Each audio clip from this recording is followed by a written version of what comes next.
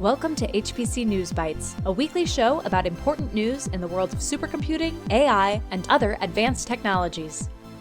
Hey everyone, welcome to HPC News Bytes. I'm Doug Black. Hi Shaheen. We start with the European Union's passage of the AI Act, which they call the first ever legal framework for AI, aiming to position Europe as a global leader for trustworthy AI. The AI Act is part of a set of provisions that include the AI Innovation Package and the Coordinated Plan on AI. It's a significant development in the global adoption of AI and its social and economic impact. Yeah, and it promises to be a model for other countries to adopt, just like they did GDPR, the General Data Protection Regulation that the EU passed in 2018.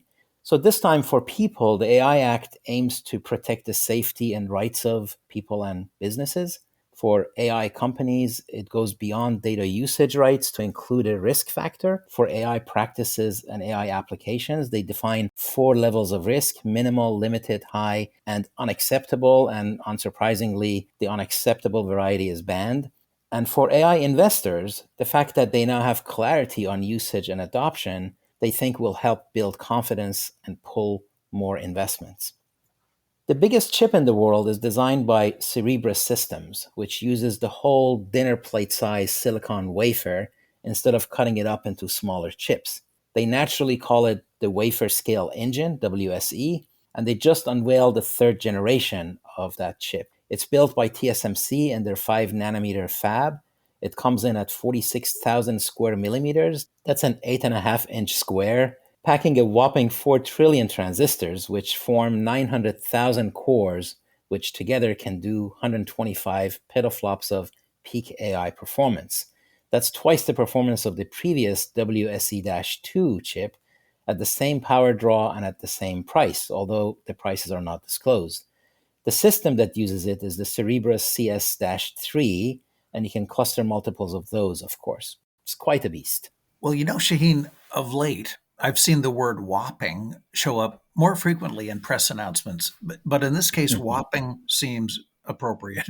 The CS3 supercomputer is a huge memory system of up to 1.2 petabytes, and Cerebras says it can train models 10x larger than GPT-4 and Google Gemini. 24 trillion parameter models can be stored in a single logical memory space without partitioning or refactoring, which means training a 1 trillion parameter model on the CS3 is as straightforward as training a 1 billion parameter model on GPUs, they said. It seems obvious Cerebras timed this just ahead of NVIDIA's GTC conference this week, and you have to wonder if, as large language models get bigger, how rapidly their wafer scale engine technology will be adopted. We go a bit more technical next, talking about matrix multiplication. A lot of numerical science and AI relies on matrix algebra, the arrangement of data into a table that allows abstraction and efficient computational models. Well, we got news this week that matrix multiply has seen its, quote, biggest boost in more than a decade, unquote. This is via papers by scientists at Tsinghua University in China and at UC Berkeley and MIT in the US. Now, as is often the case with news like this, it will take a while for it to get vetted and used and translated into real improvement. But this could be an important advancement. Yes, it's like you said, it's upstream. It manifests itself for sufficiently large matrices. And as you said, will take a while to work itself into apps, and then only when it could actually help. Now, the traditional way to multiply 2 matrices of size n on each side requires n to the power of 3 multiplications. Also a lot of additions, but by comparison, they're not too time consuming. The research that has gone into improving this over the years, well before there were GPUs or AI, has been looking for ways to reduce that power. What if you could have n to the power of a number less than 3?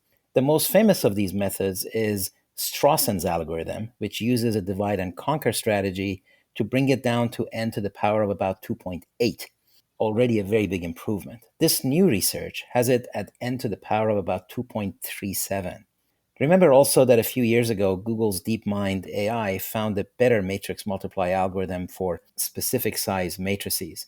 And then there's the common case when the matrix is sparse, where a lot of the numbers in it are 0, and you find ways to avoid multiplying by 0 and saving time.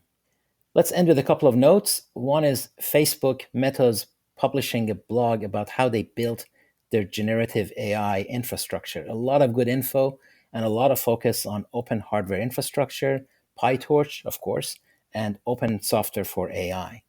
By the end of 2024, they expect to have 350,000 NVIDIA H100 GPUs in an infrastructure that includes 600,000 H100s across their whole capacity. Yes, and another note is GTC, which starts today. We'll both be there, and we'll probably record a special edition of the At HPC podcast for it. So we'll see what NVIDIA will announce and how that changes Meta's infrastructure. All right, that's it for this episode. Thanks so much for being with us. HPC News Bytes is a production of Orion X in association with Inside HPC. Shaheen Khan and Doug Black host the show. Every episode is featured on InsideHPC.com and posted on OrionX.net. Thank you for listening.